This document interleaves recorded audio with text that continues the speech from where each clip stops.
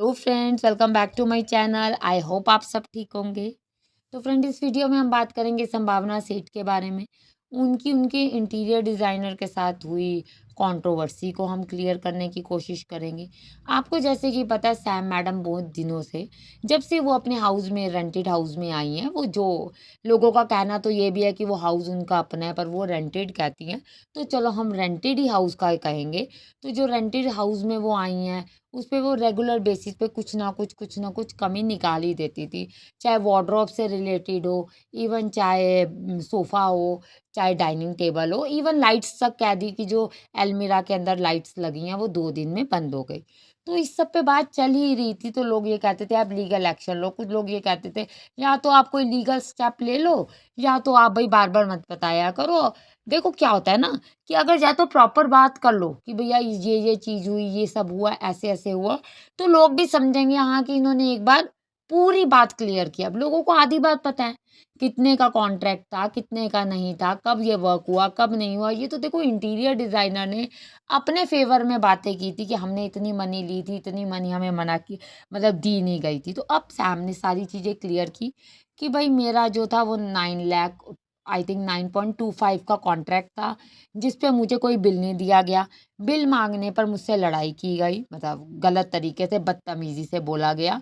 तो ये सब चीज़ें संभावना ने बताया। अब ये तो देखो चल ही रहा था, बीच में उन्होंने जो उनके जो वुडन वर्क किया वो भी आए।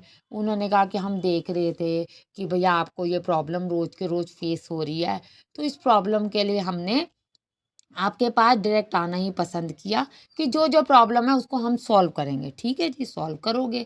अगर वो, क्योंकि आपने देखा इससे पहले उन्होंने किसी और को, जिसका वो लकड़ी का काम उनके घर का पहले भी ऑलरेडी करते थे, वो लड़के को बुलाया कि ये सब चीज़ों का आप मुझे बता दो, क्या खर्चा होगा, उस अकॉर्डिंग मैं फिर ये काम शुरू करा दूँगी। ठीक है, उनकी मदर इन लॉ भी बोल रही थी, फादर इन लॉ भी बोल रहे थे, और अविनाश तो कुछ ना कुछ कहते ही थे। देखो, जिसका काम खराब होगा वो तो बोलेगा ही, इसमें कोई गलत बात नहीं है। अब इंटीरियर डिज़ाइनर का कहना ये था कि हमने इनसे 1 रुपया भी नहीं लिया। सैम मैडम ने भी ये बात क्लियर की, जो आपको याद भी होगा, जो रेगुलर व्यूअर्स हैं उनको पता होगा, जब इन्होंने ये मकान लिया था जिस पे इंटीरियर डिज़ाइनिंग करानी थी, तो उन्होंने कहा था मैं कोलैबोरेशन के लिए रेडी हूँ, अगर कोई अच्छा इंटीरियर डिज़ाइनर हो, तो वो इंटीरियर डिज़ाइनर मुझे कॉन्टैक्ट करे। क्योंकि देखो, क्या होता है कि जैसे ये बड़े-बड़े सेलिब्रिटीज़ के, मतलब यूट्यूबर्स का अगर कोई काम करता है, तो उसके फ़ेवर में ये हो जाता है कि वो उनकी प्रमोशन कर देते हैं। एक काम फ्री में, तो उसके बदले में एक हाई स्केल में लोगों तक वो काम पहुँच जाता है, क्योंकि आपको पता है डेली व्लॉगिंग में वो डेली-डेली वो चीज़ दिखेगी, और अगर वो उस चीज़ की तारीफ़ करेंगे, तो वो काम अच्छे से होता है। जो इंटीरियर डिज़ाइनर थी, जो झोला छाप एक्चुअल में जो इंटीरियर डिज़ाइनर थी, वो कहा जाता है इनके फ्रेंड की ही सिस्टर है, जिसने खुद ही इनको अप्रोच किया था। तो इन्होंने कहा कि भैया उसने कहा हम कोई पैसे नहीं लेंगे, वी आर फ्रेंड्स। बड़े गुस्से में संभावना जी ने ये सारी बातें की, जो कोई गुस्सा होना जायज़ भी था। पर कुछ चीज़ें देखो मैं पहले भी कर चुकी हूँ और अब भी करती हूँ, कि संभावना जी को हर चीज़ के लिए पहले क्लियर होके चलना चाहिए था। वुडन वाले से इन्होंने कहा मैं बात करने लगी तो मुझे बीच में रोक लेते थे, बीच में आ जाती थी वो लेडी। बिल माँगा तो हमसे लड़ने लग गए। उसके बाद जब बिल बने, तो वो भी क्लियर हो गया कि लकड़ी वाले ने कह दिया कि जी ये तो हमसे बिल, हमने 5 लाख का काम किया और बिल 7 लाख का माँग रहे थे, जो कि हम कैसे दे दें? सही बात है, वो बिल जितने का है उतने का दे सकते हैं। हाँ, पर उन्होंने कहा हम पेपर पे लिख देंगे, और उस पेपर पे लिख के हम आपको 7 लाख कह देंगे। धीरे-धीरे इंटीरियर डिज़ाइनर ने वो अपने सबूत इकट्ठे करने शुरू कर दिए। अब मैडम का कहना ये है कि 5 लाख रुपए आपने सिर्फ़ इंटीरियर डिज़ाइनर को दिए हैं, और 3.5 लाख रुपए, मतलब 8.5 लाख रुपए हमने तुम्हें दिए हैं, तो 3.5 लाख रुपए कहाँ गए? मैं उस गरीब बंदे का, मतलब जो फर्नीचर वाला है, उसका पैसा नहीं रखना चाहूँगी। इसके लिए तो चाहे मुझे लीगल एक्शन भी क्यों ना लेना पड़े, मैं वो लीगल एक्शन लूँगी। ठीक बात है, ये बात तो इनके जो व्यूअर्स हैं पहले भी कर रहे थे कि लीगल एक्शन लें, पर मेरा मानना ये है कि जो ये इंटीरियर डिज़ाइनर तो गलत हैं, वो तो गिल्टी में है ही हैं, जो कटप्पा हैं वो तो गिल्टी में है ही है। पर जो ये वुडन वाले हैं जिन्होंने ये वर्क किया है, क्या वो आपको, फ्रेंड्स आप मुझे कमेंट्स में बताओ, क्या वो सही हैं? वो आज सैम के साथ मिलकर बुराई कर रहे हैं, जो करनी चाहिए, पर क्या वो सही हैं? उन्होंने कहा हम तो बहुत अच्छी पलाई लगाते, हम तो बहुत अच्छा आपको वर्क करके देते, पर हमें यही वर्क करने को कहा। एक्चुअली क्या होता है, 5 लाख रुपए भी अमाउंट कम नहीं होता जितना वर्क था। देखो वुडन के 2 अलमीराज थे, सामने इनका कॉफ़ी टेबल था और सोफ़ा। चलो मैं कहूँ मुंबई के हिसाब से ये चीज़ कॉस्टली भी हो, अगर ये कहें हमें उन्होंने स्पेशली कहा है कि भूसा पलाई लगाए, तो आपको याद होगा कि जो आइकिया से जो बन के आई है इनकी वार्डरोब, वो भी तो भूसा पलाई की थी। वो भूसा प्लाई की वार्डरोब में भी तो उन्होंने सब कुछ किया है। तो एक चीज़ संभावना जी की तुझे मुझे थोड़ी वो लगी कि संभावना जी कह रही हैं कि सॉफ्ट क्लोज़र आपको नहीं पता था कि सेलिब्रिटी के घर पे अलमीरा जा रही है, वार्डरोब जा रहा है तो सॉफ्ट क्लोज़र। मैडम जी सॉफ्ट क्लोज़र तो हर कोई चाहेगा। जो तो पैसे खर्चेगा वो हर कोई नॉर्मल वुडन अलमीरा में भी, क्रॉकरी अलमीरा में भी लोग सॉफ्ट क्लोज़र ही माँगते हैं। तो ये थोड़ा-सा मुझे लगा संभावना जी का। अदरवाइज़ उन्होंने कहा हमें पता नहीं था।